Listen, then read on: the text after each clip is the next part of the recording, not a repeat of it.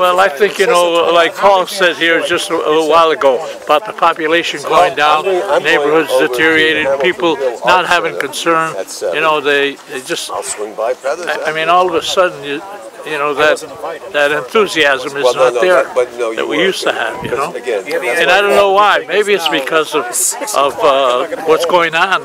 You know, increased taxes, the economy is bad, and all that sort of stuff. People are disgusted. Yeah, yeah. Do you have any ideas on how we can make a difference and motivate the people again? Well, I think one way to do it is to have a complete change in both the city and the county. The city, you know, we were there, the budget was 43 million in 92 and it was 43 million in 95. Now it's 73 million in over 16 years. You look at the county. The county, when we were there, we purchased the hotel, you know, for a college, you know, the community college. We were talking in terms of about 18, 19 million. That is 295 million. And it's a pass-through form of government in the county. So, you know, people are disgusted with what's going on. That's why you really need a change in government. You really need a change. What do you think Roger Hall and Vince Riggi could do for the city in the area? Well, I think they could bring the enthusiasm on the part of the people back where, you know, I think they'd have more, more involvement to keep Schenectady more economical, you know, than it's been. I mean, we just talked about a parking garage. Costs them about $1 million a year.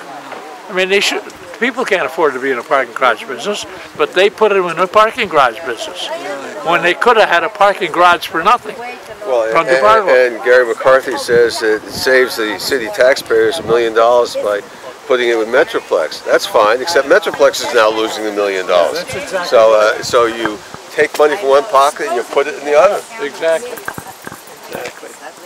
Well, and a parking garage. It should have been a city-county parking garage. I sent them letters about 3 or 4 years before they got the parking garage together, the idea, asked them to have a series of public hearings and also to consider joining with the city and county and build it out in the county, you know, not in the city. They completely ignored it. They didn't have the series of public hearings.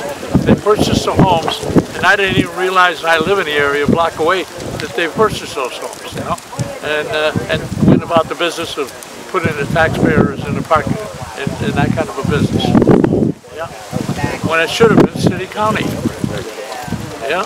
Yeah. Well, Roger made a good point last night in talking about the public having accessibility to city records. Roger mentioned they won't have to go through the Freedom of Information law and do those foils. Right. You know, they'll be able to come in and they'll look at the records and they'll be more accessible to the public. Well, we have 4 people here who are pretty informed about what's going on. Did any one of you, because I did not, know that there was a 5-year financial plan? It was first I heard it. So where is it? Yeah. If it's there, I guess we could. Maybe we should foil for it. Well, it'd take 30 days. Well, we might be able to get it. Yeah. It's such a fraud. It's such a fraud. Okay. It's a good way to run this and bring back the president. I know somebody in Sonia's, right? You knew my cousin Anthony. Oh, yeah. He passed away. Yeah, that's so sad. He was so young. He was a good guy. Yeah. What happened to him? Sure. He introduced me. They cheered and clapped and cheered and clapped, and holy smokes. You'd think I was a candidate for public office. Yeah. You know, they were so great. They was really so great. It was, it's so inspiring, you know. Yeah. They had you see the support. What's inspiring? They had introduced several other people before they came to Frank, and that was really he really. Yeah, he was there. He heard it all.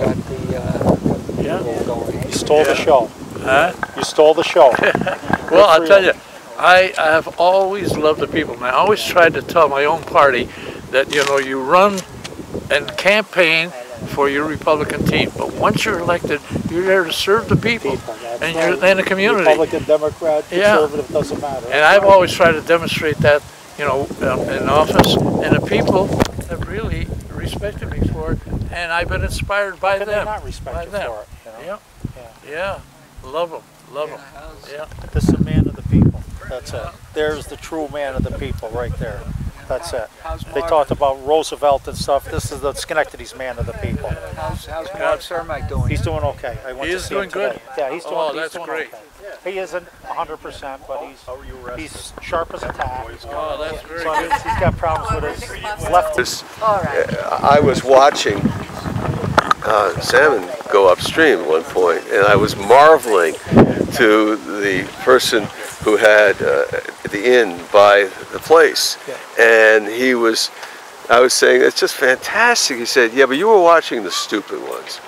The smart ones were taking the fish ladder.